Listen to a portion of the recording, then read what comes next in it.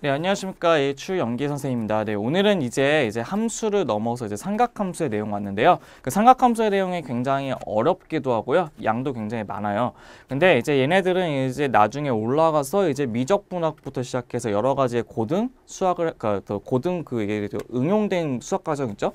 그런 거 했을 때 굉장히 많이 활용되는 파트이기 때문에 웬만하면 최대한 자세하고 필요한 증명들은 다 하면서 넘어갈 겁니다. 그래서 총 4강에 걸쳐서 삼각함수를 배웠거든요. 첫 번째는 각에 대한 일반적인 표현법, 두 번째는 삼각함수의 기본적인 내용들, 그러니까 공식들, 세 번째는 그래프를 통해서 나머지 네 번째는 여러 가지 응용 공식까지 가는 걸로 삼각함수의 4강으로 구성이 되어 있을 겁니다.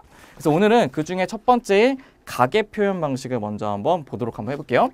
그럼 우리가 이제 어떤 것을 볼 거냐면 일반적인 각이라는 것을 먼저 한번 정의를 한번 해볼 겁니다.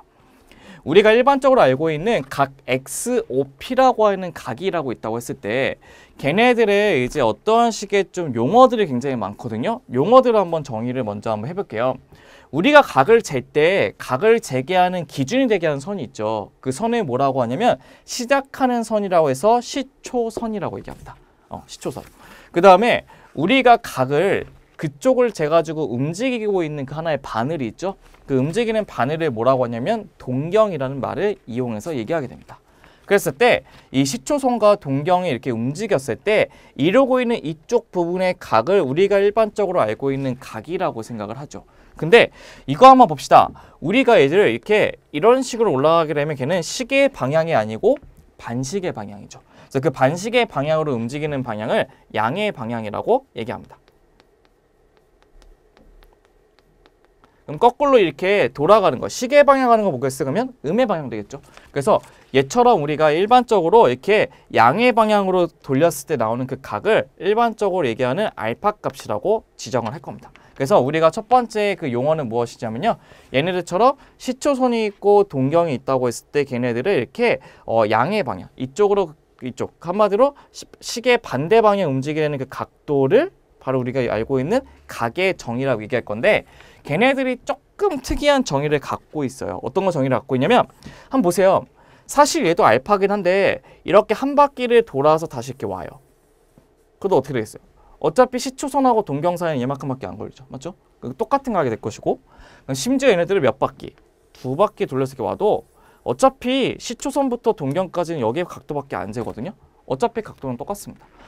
그렇기 때문에 걔네들의 일반각을 표시할 때 우리가 보통 어떻게 표시하냐면요. 얘네들은 사실 바퀴수가 이제 의미가 없다는 거예요. 한 바퀴 도나 두 바퀴 도나 세 바퀴 도나 어차피 내가 각도기를 쟀을 때 각은 똑같다는 거거든요. 그렇기 때문에 걔네들은 360도에다가 곱하기 n을 붙이고 그다음 여기 있는 각도를 알파라고 잡았을 때 거기다 플러스 알파라고 잡으면 걔를 일반적인 각인 세타로 이제 앞으로 지정을 할 겁니다.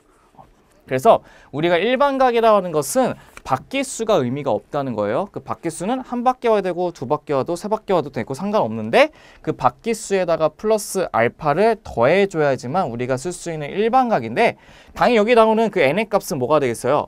360도는 한 바퀴잖아요. 그 바퀴수기 때문에 정수값이 나와야 되는 겁니다. 그게 우리가 일반적으로 쓰고 있는 일반각에 대한 내용이 될 것이거든요. 한번 봐볼게요. 얘네처럼 그래서 세타라고 하는 것을 일반적인 각은 360도 곱하기 n에다가 플러스 알파. 알파는 초기 예각이라고 생각하시면 돼요. 그 초기 예각, 그러니까 초기 각, 그러니까 예각이 아닐 수도 있으니까 초기 각을 뜻한다고 생각하시면 좀 더 쉽게 구할 수 있을 것 같아요. 그래서 예를 들어서 이런 거예요. 어떤 거냐면 이런 식의 각도기를 딱 쟀는데 이게 시초선이고요. 네, 동경이 이렇게 있다고 쳤는데 걔네들이 이루고 있는 이 각도가 120도예요. 120도. 우리가 쓸 수 있는 일반각 세타라고 하는 것은 어떻게 쓰면 되냐면 360도에 곱하기 n에다가 플러스 얘 초기 각도인 120도를 딱 붙여주시게 되면 우리가 일반각에 대한 정의로 나타낼 수가 있다는 겁니다. 그게 바로 첫 번째 있는 일반각에 대한 표현이 될 것이고요. 두 번째는 이제 사분면의 각을 뜻하는 것을 얘기해요. 어떤 거냐? 사분면이라고 하는 것은 우리가 뭐라고 얘기하냐? 이렇게 좌표평면에서 이렇게 크게 4가지 등분을 시키잖아요. 4가지 등분. 이렇게 X축하고 Y축을 그리게 되면 총 몇 등분? 4등분 되게 된다고 했을 때 여기를 1사분면, 2사분면, 3사분면, 4사분면 된다는 것을 알 수가 있다는 거죠. 얘를 바로 1사분면. 얘는 2, 4분면.